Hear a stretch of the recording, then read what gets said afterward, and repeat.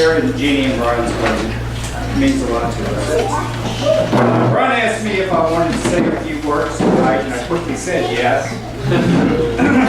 But faced with what was I going to say, I did what anyone would do. I Googled it. I Googled Father's Reception Dinner Toast. And there was 457,000 results. And I read about 25 of them. And quickly surmised that I wasn't going to be able to get a lot out of the websites I was looking at. So I decided to keep on going on it. So wrote a little bit more. And Lori and I had a little insight into the proposal that was coming. Brian had asked his mother to borrow her engagement ring that I gave her 37 years ago. And it cost me $100. Nice! Nice! So I wasn't too worried about it, all right? So I, she happily gave it. Surprisingly, she knew where it was, right? Because I had upgraded it years ago, right? So anyway, lost my place. Long story short, Jeannie said yes, and here we are today. And I couldn't be happier. And Brian has since upgraded the $100 ring about 30 years ahead of where I did. So that was good. We know that Jeannie and Brian love each other very much, and we're so happy about that. And we're so happy that she's marrying our son. So Jeannie, welcome to the family. So with that, let's all raise our glasses and give a toast to Jeannie and Brian.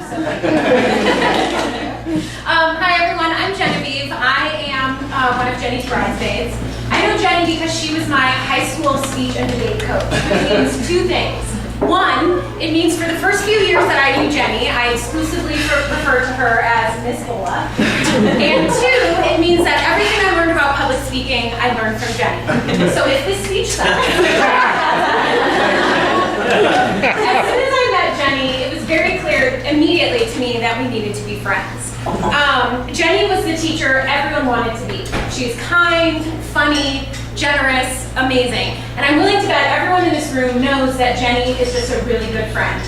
She looks out for her people. So when I went to college, she gave me her email address, and she told me to reach out if I ever felt homesick or lonely or needed advice or just wanted to talk.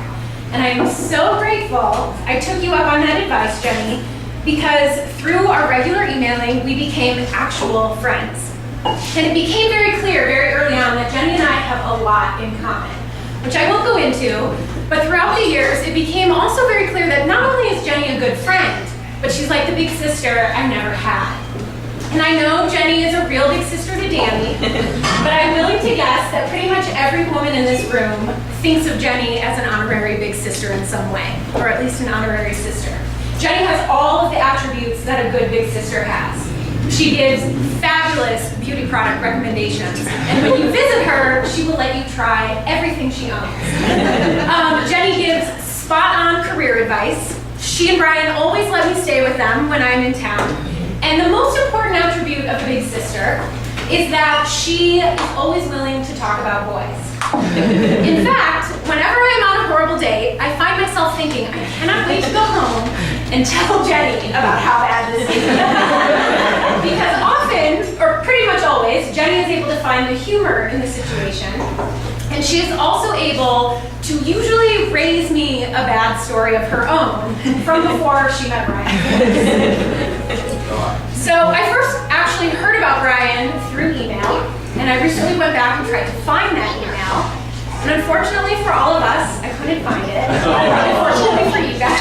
Yeah, that's actually wrong. But I do remember how she described Brian. She told me that she had met a guy named Brian who was really nice and funny and laughed at her jokes, and he was from Texas. Now, I don't know if she went into the whole Texas part or if it was just kind of slipped in there. But immediately, I had this idea of this swashbuckling cowboy, complete with shiny belt buckle, 10-gallon hat, and huge-ass boots. And I conjured this image of Brian.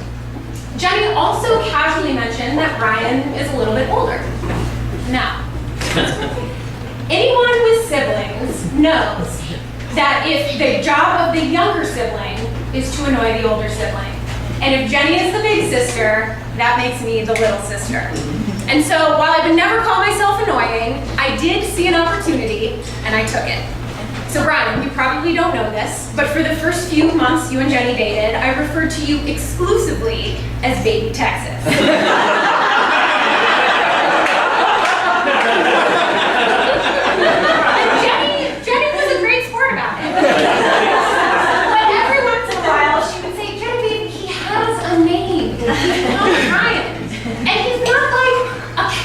He's a regular guy. Now, Brian, you are not the cowboy that I had in my head, but I wouldn't exactly call you a regular guy. You are just as silly and kind and generous as Jenny, which is saying a lot. And I am very grateful that the two of you met.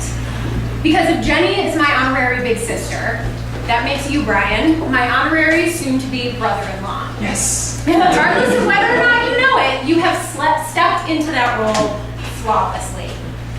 I think I had known Brian for about 20 minutes before I launched into a story about my recent dating life. And we hadn't even ordered dessert before I was picking his brain about a problem I was having at work.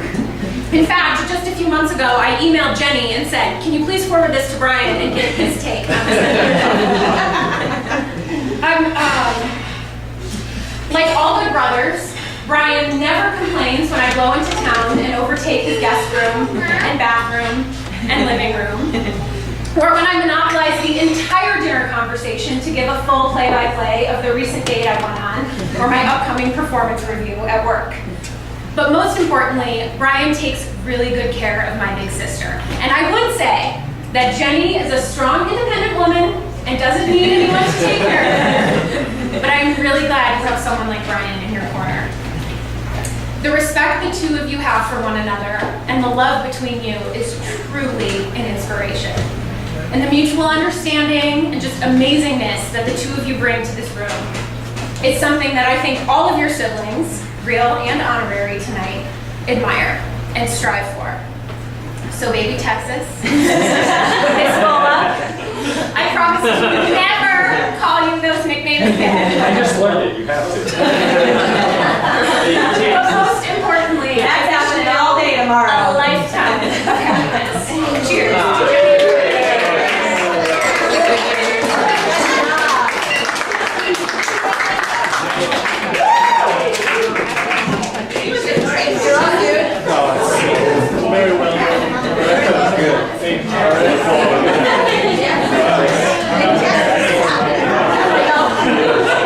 Say, Brian, tell him to go more in the light over there. Going more in the light. Look for him to do a thumbs up. That's good.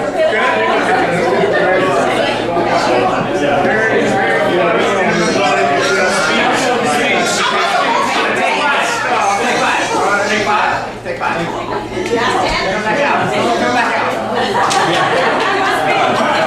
a stay elevator. Tell us the joke. The smoke machine isn't ready yet. We'll wait for the sunset to go down. The smoke machine is not enough. All right, so my name's Justin, and I've had the privilege of knowing Brian now for almost a little over 14 years. It's terrifying. It's terrible. So since sometime between 2002 and 2003 is when I met Brian in high school, and I'm proud and somewhat ashamed to say that I've probably talked to Brian every single day of the last 14 years. And he's probably the only person in my life that I can truly say that. You know, I can't say that to sometimes my old family, my brother and things like that, but you know, Brian's brother, I kind of never had. So, You have a brother.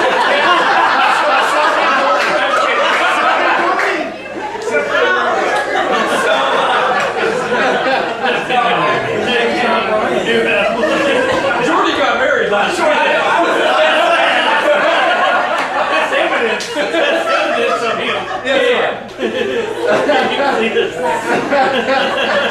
You got this.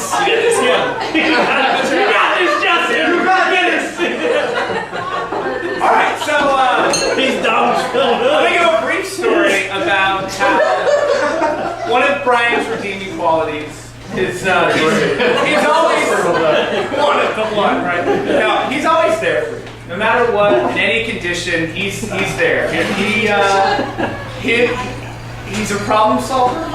That's not good. And he's always there for his friends. So one night back in high school, we, as you do when you're bored and only have a driver's license and there's not much to do in Cypress, Texas, where we grew up, the way you tell your friends you really appreciate them is sometimes you wrap their houses with toilet paper. And so one night, well actually it started with my dad putting me and Brian and a few friends on a quest.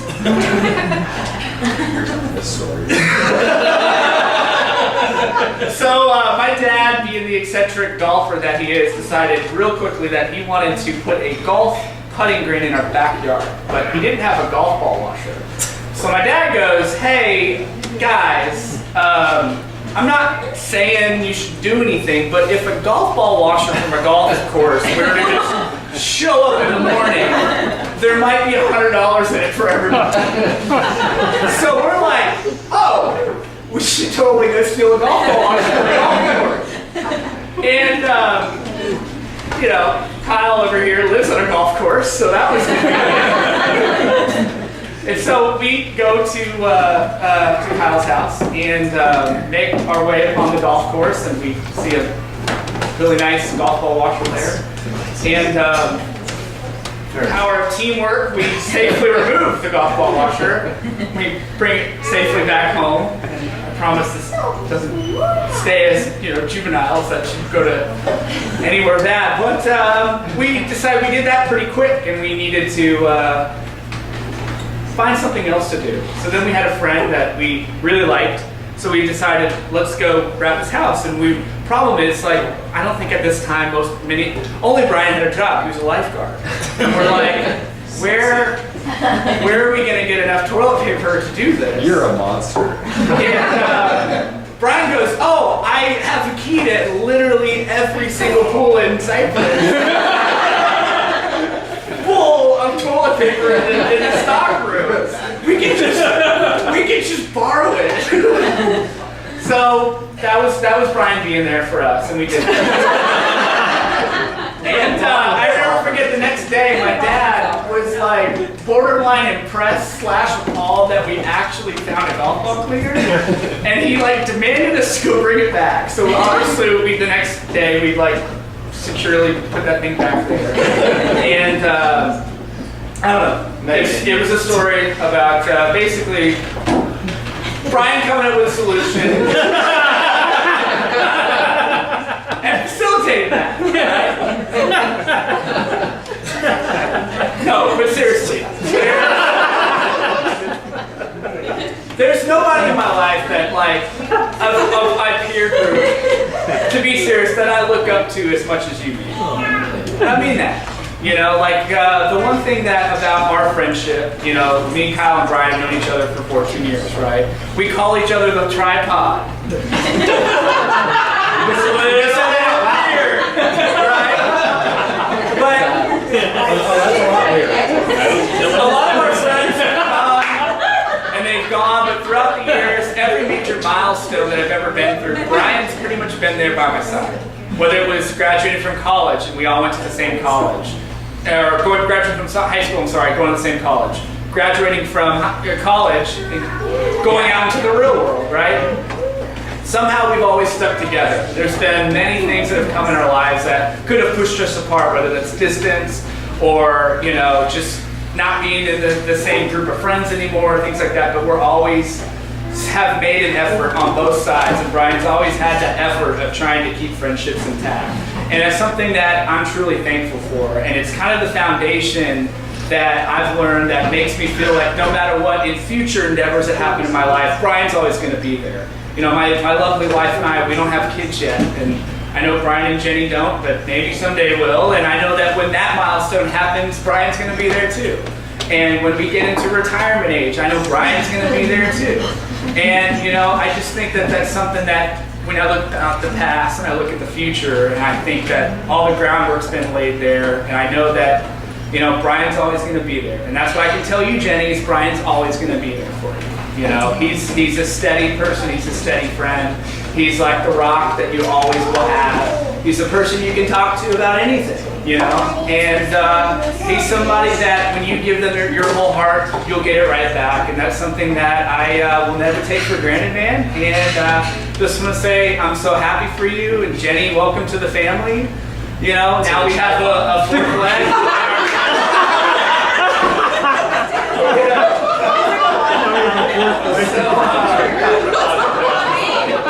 So cheers to Brian and Jenny.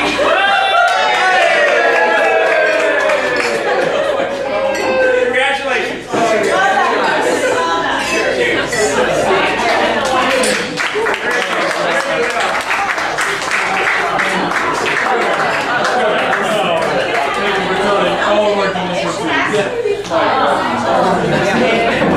There's a different story also. Sitting at the first table with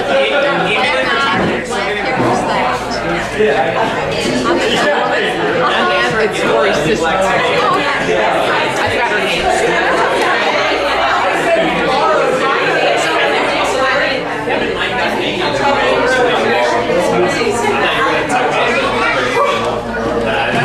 Alright, now Michelle. You're recording this? Teacher time.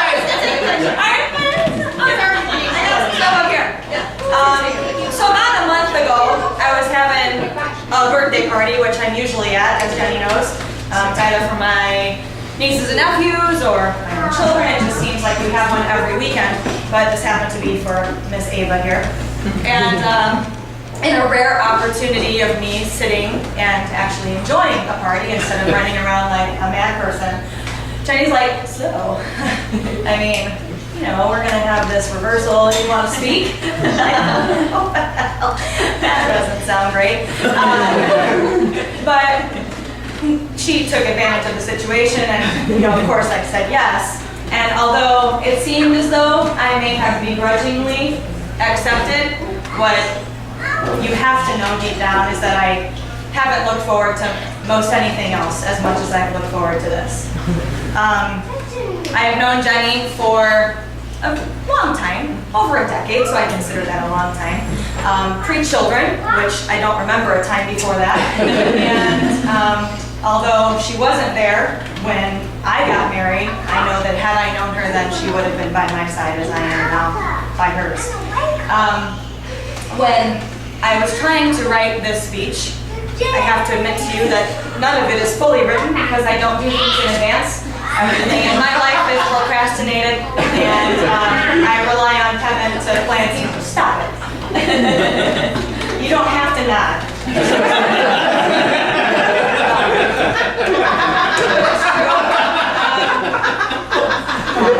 Everything in my life is done absolutely at the last minute, and I was trying to think of what I would say, and among the myriad of things I came up with, everything kind of came back to my children. And I didn't want it to revolve around them, because this is not about you. It's about her. Well, you're not at the White Sox game tonight. It's about her. But it was unavoidable.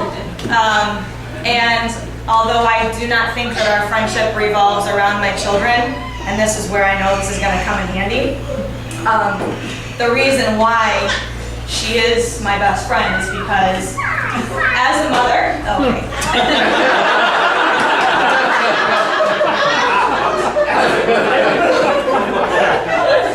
ladies and gentlemen, if you haven't met Ava, that's her. She's a delight.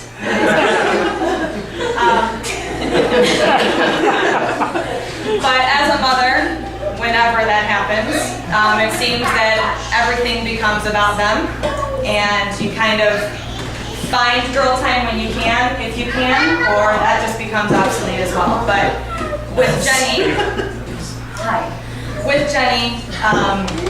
that never seemed to hinder our relationship, and as a result of her dedication to me, she became a better friend. She never hesitated ever to come to me. She has never blinked at doing something for me whenever it was necessary, when I needed a timeout as a mother. And she simply was there. And she was there when I began labor with Caitlin. It was a Thursday, you know, when Grey's Anatomy was on. So naturally we worked together, and did you come over after you were at Lake Central or something? I was teaching SAT class. Right, at Lake Central, right. So naturally she came over, and I was starting to feel some things. I'm like, this is uncomfortable. But I am uncomfortable. I'm trying to play it cool, and she can see that I'm not necessarily in the best place. She did not feel much better. I look at Jenny and she's like, you're not making me feel better. You know? She's like, I'm gonna go. I'm like, I'm fine. Really? I'm fine. She goes, oh, really? Oh, go. Okay. But the reality is, when I had Caitlin, as emotional as I was, she walked into the room, and we hadn't known each other but really a year. And she was in tears as well, which I think speaks to the relationship that the two of them have as well. So beyond that, moving to your relationship with Brian, I have a shit memory. Cover your ears, don't say that. And I don't remember everything at the ins and the outs, but I do know that when she met you, and when you began your relationship, it was clear that she was willing to invest nearly everything. And that speaks volumes to you, because she chose you. And she makes jokes and has made jokes about, I bet you never thought this day would happen, you know? And while it might seem like a little quip, if there is anything to the saying that some things are worth waiting for, you fit that bill. And I am so very happy for her. So happy, in fact, that when I found out that you were engaged, I fell in mud. It's true, I jumped and I was super excited at one of the Caitlin softball games, and I just fell right in the mud. Everybody thought I was crazy, but I was really happy, and I'm really happy for you. So going back to the original comment, I feel it only fitting that I wrap this up kind of where it all began, and speaking to your loyalty and your generosity and your absolute selflessness. I know that you are going to give all of that and more to Brian, and you are a very, very lucky man. But I cannot end this. I feel as though the best way to end this is to hand over the mic to Caitlin, because she would like to say some things about Aunt Jenny and Freebie, Jenny's first baby and Freebie's best friend. So, here's Caitlin. Good luck, kid. You can do it.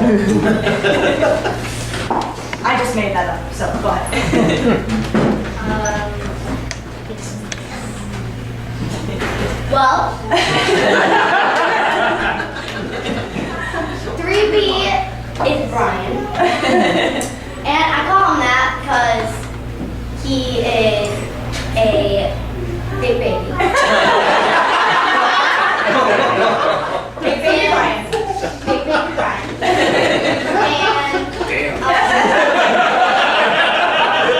Let's go.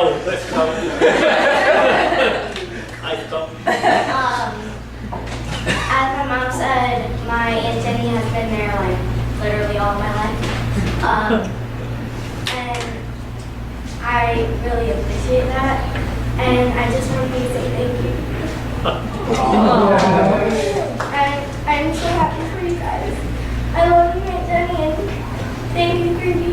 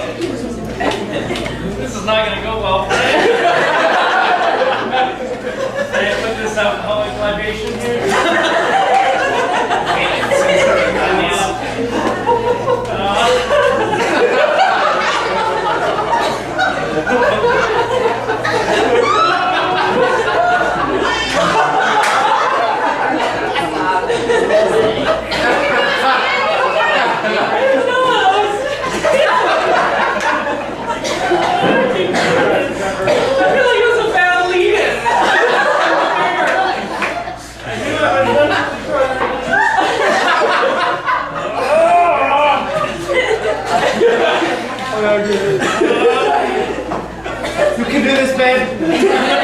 I'm gonna get it. I'm gonna texting it hard. I'm a bucket of chemicals. I got particular chemicals, dude. Okay. Roses are red, violets are blue, and Brian's skin is whiter than my newborn baby's eggs. Okay.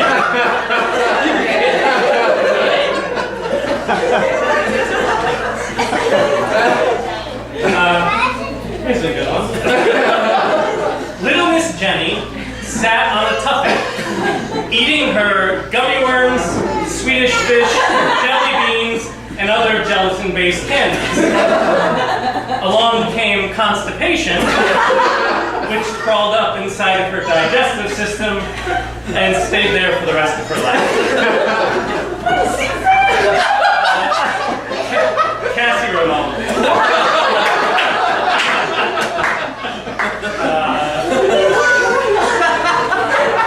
Roses are red, and so are the shorts that Brian wears every day this summer. He wears the same pair of red shorts.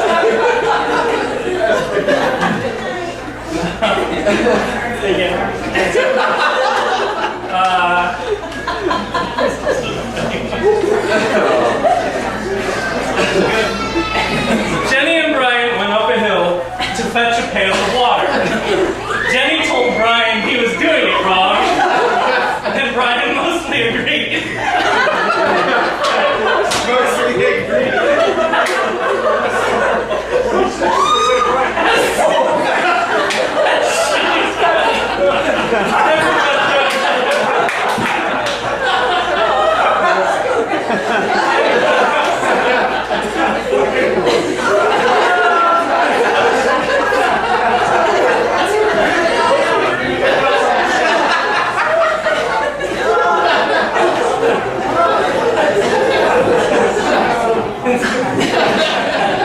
Jenny and Brian went up a hill to fetch a pail of water, but then they turned around and just took a 2-hour nap instead.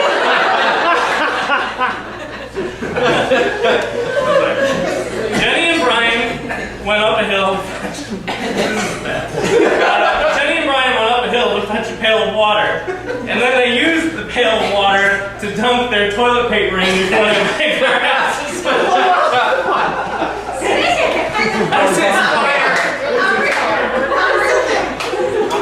Yes, you wrote that one.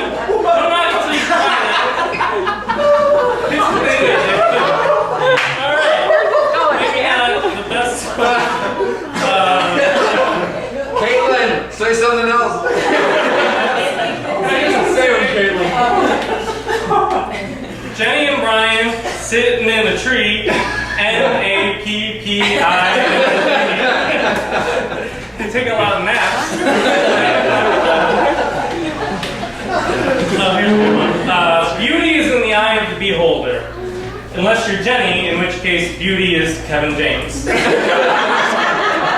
Different. No shame. No shame. No shame. I wrote poems, you see, because if I said something, I would just cry the whole time. Here's a good one. Old Mother Jenny went to the cupboard to get her fiance a snack.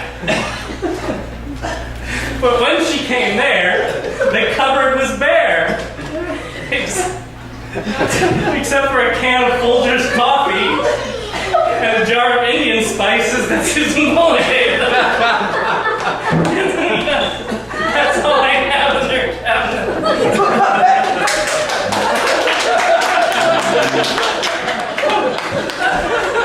I swear that's really funny. Must be true.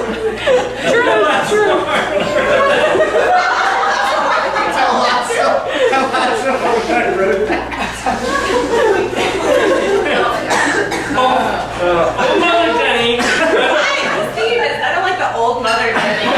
I took young Brian, I put fiance, so I made it a little. There's an old joke later. I just did one. I tried to limit the old joke.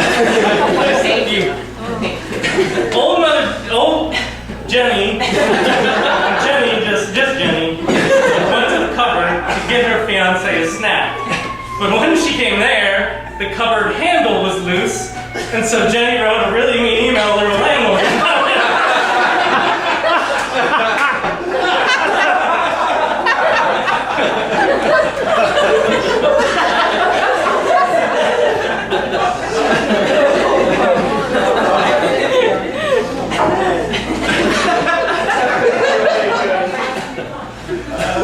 Fourscore and 7 years ago, I met my best friend. Okay, Next card. we're gonna skip that one. Oh, there we go. Okay.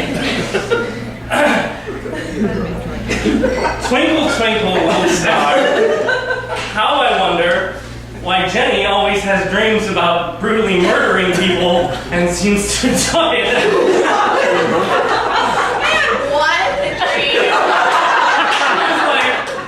I took a knife and I slowly just pushed it in, and he just died. It was an ice pick. It was a lot. You a scary lady. Alright. I gotta do this. Fourscore and 7 years ago, I met my best friend of all time. The better friend I'll ever know. Little buddy kid's been quite a ride. Okay, she introduced me to the finer things, like Maggiano's.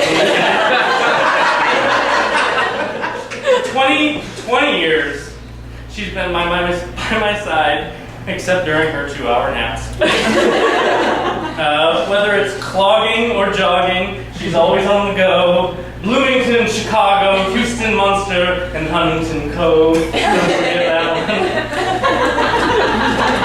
She's brilliant and charming, but can't keep a job somehow. An actor, a teacher, McDonald's, and what is it that you do now?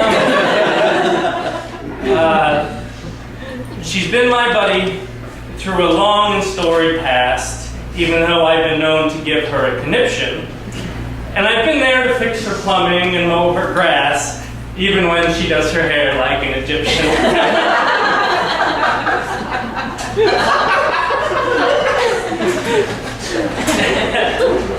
And then there's good old Brian. Yeah. An indescribably pale charm. I've stolen him from Jenny and turned him into a farmer. He loves dogs and naps, and he's not afraid to show it. He says that he's from Texas, but you'd never really know it. He'd give you the shirt off his back, although the sight would blind you. If Jenny hadn't scooped you up, we'd all be standing behind you.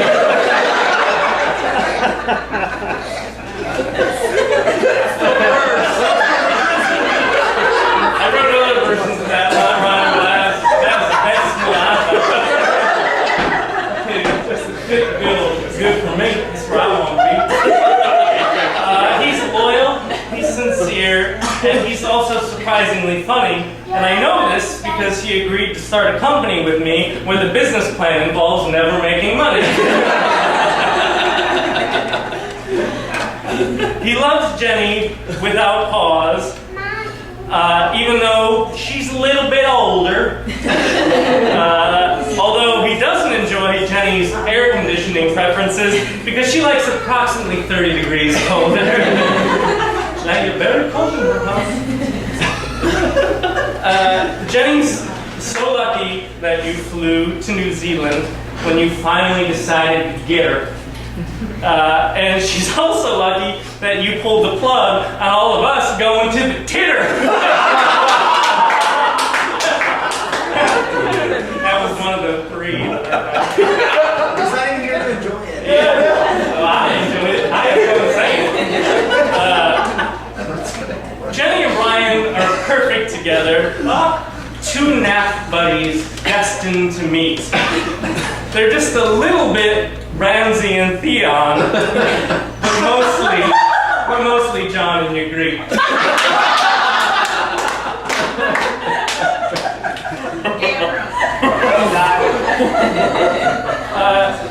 But marriage can be tough. Sometimes it's a chore, man. As you'll hear from tonight's guest speaker, Chicagoland's own Bob Roman. It would be we'll be here tomorrow. Every time I see that guy, he has so many goofy And it's like one person to kill in the world. And for Christmas, I got her an off-camera club. So I can't talk too much about bowel movements. Cassie is forbidding it. Even though that's like my best material, and I know Jimbo is recording this. But your wedding will be like the assassination of JFK. We'll all remember where we were. And when you both finally say, I do, we'll all let out a collective... Yahoo! That's ridiculous.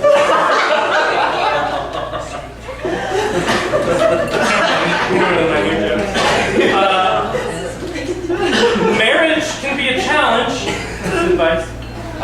You'll have fights that you just don't need. Kind of like how Brian buys shirts with 8 buttons, but he only uses 3.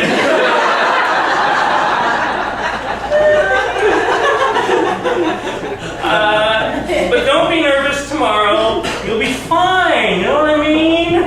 Just remember, you gotta get to that altar like I gotta get to that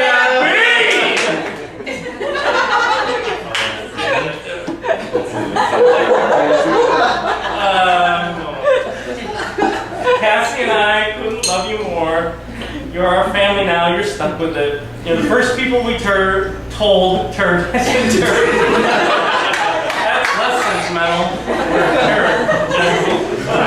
You're the first people we turned. We learned about Poppy, and Arlo loves you more than his meat bucket. You two are perfect together. May your love grow ever tighter. So let's raise a glass to these crazy kids. And why aren't we drinking our cider?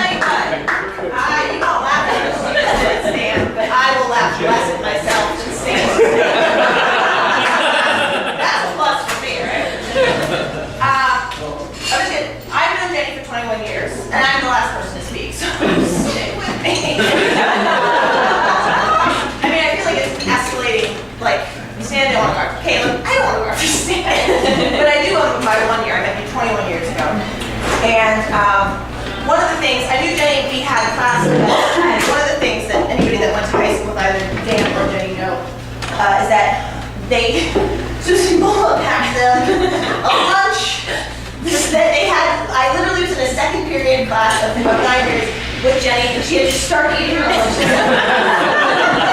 It would be, there's 20 rounds of Pepsi. Like, it doesn't even make sense when you know, like a 24-ounce Pepsi or Mountain Dew, and like she would be eating like honey mustard pretzels because she had a giant hoagie that she would give her. But I mean, it was just, and I was like, I love this girl because she looked exactly the same. And I was like, well, she'll fire up and she can put it down. One of the things, so that I knew, and I also tonight I'm not going to speak much about. I knew anything going to say anything about Jenny. They're going to talk about how she is the greatest person they know, the greatest friend they've ever had, and all of that is true. And that is true for me as well. You just, 21 years ago for me, I was 4 different people, and that is still my person. That she and I have stayed exactly, somehow this has never changed. I changed, she's changed, and somehow we've never changed. But really what solidified my friendship with Jenny was something called speech team. And I sort of wanted to pay tribute to, like, that's our roots, I feel like. It's sort of like where we became close. There's an event in speech called humorous duet acting. It's an HDA. Jenny and I got put together once, and they're like, that was terrible. It was a big mistake. Because I couldn't stop laughing at Jenny. Do you remember what it was that you said that made me laugh every time we did it? She did this thing where she'd go, we could be diamond smugglers. And I honestly thought, I would stand at my own jokes. You know what I mean? Like, I couldn't hold it together. And I thought the best way to honor Jenny and Brian was to tell their story, but to do it in an HDA. But I also wanted to make sure I got things correct. So I sent Jenny and Brian questionnaires asking them how they met, first kiss, when they fell in love, all those questions. And they filled them out for me, and then I wrote a piece based on that. Danny didn't want to do it with me. No, he was like, I'm going to be the star of the wedding. I can't be the star of the wedding. Like, all right. Yeah, I also had to contact Sandler's people to get in touch with me. But it's fine, it's fine. You guys, he's really stayed humble. It's great. But anyway, so I wrote a piece, and my wonderful husband, Dickie, was going to perform it with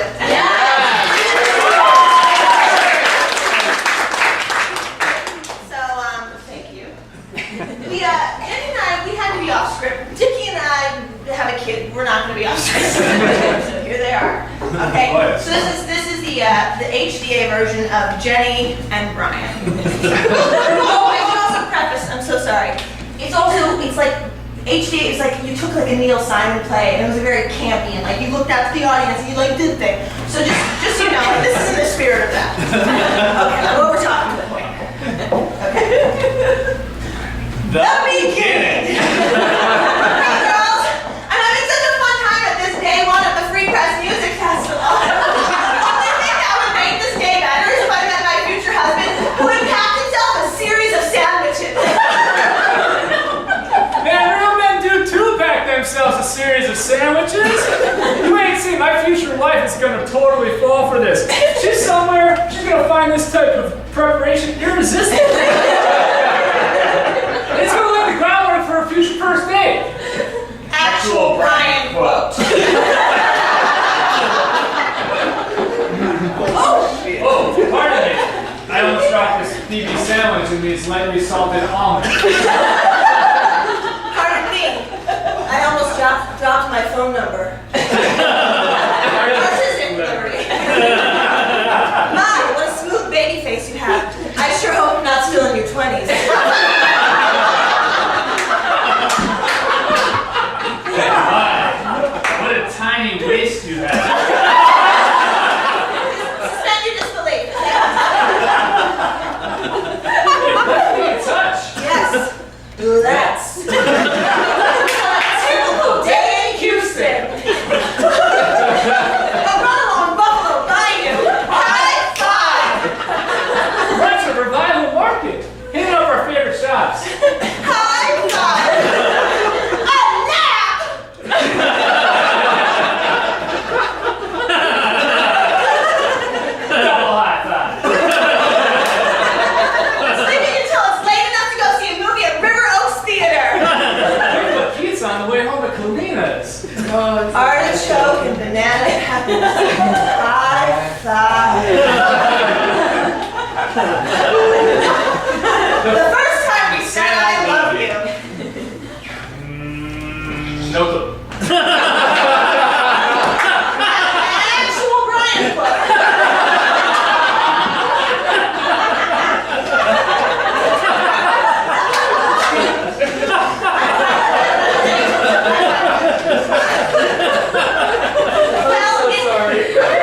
Well, it took over a year. I know that much. We were in your room, I think. Want to move on to the first fight? Yeah. First fight. Okay, from my perspective, I said blah, blah, blah, blah, something about McDonald's.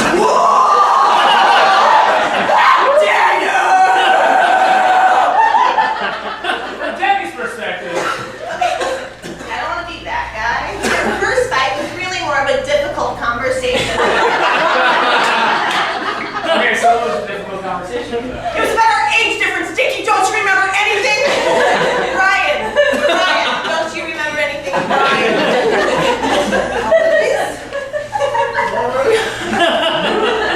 Moving to Chicago. I got the job in Chicago. Wait a minute. Nope, you lost the page. Okay.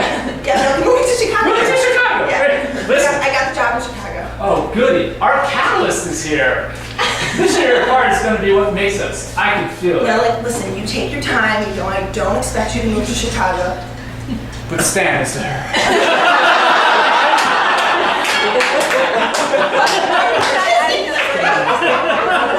A typical day in Chicago, Same as just a different city. including the nap. Inside jokes we have. The cave.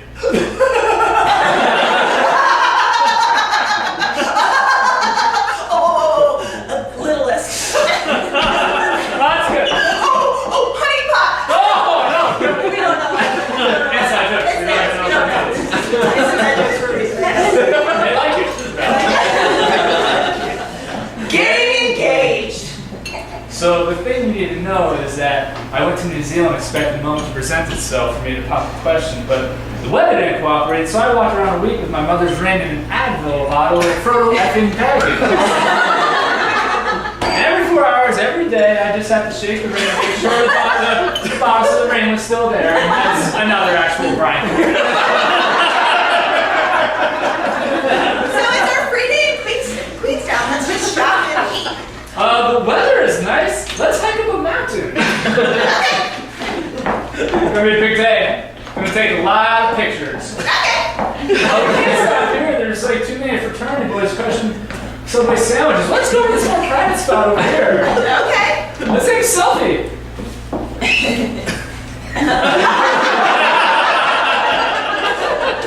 Jerry, will you marry me? It's not going on. It's not going on. Get some snow. Get some snow.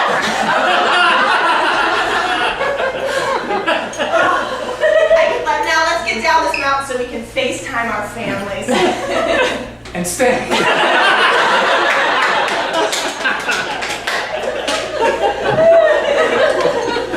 Why we are marrying each other tomorrow. Jenny feels like home. I'm the best version of myself when I'm with her, and I think I get the same out of her. Brian totally gets me. He balances me out. He's a great listener and is unbelievably supportive. He's on my team. He's my family. Actual Brian and Jenny close.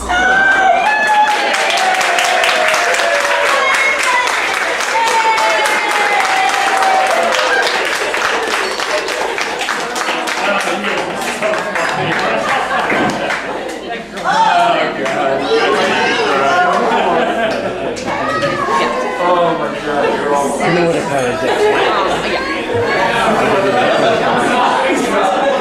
I'll give you my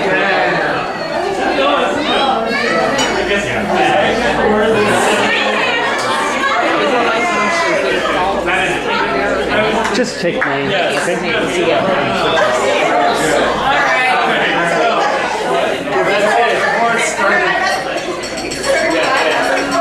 Stand, you're whistling.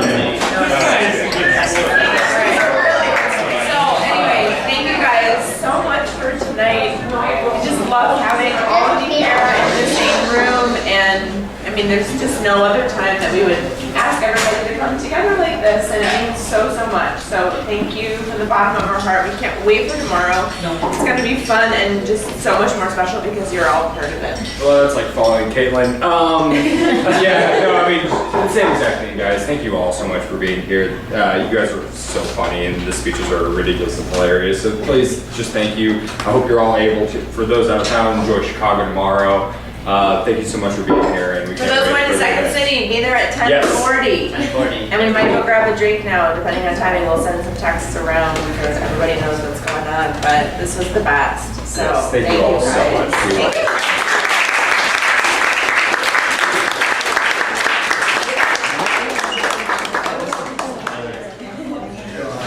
you.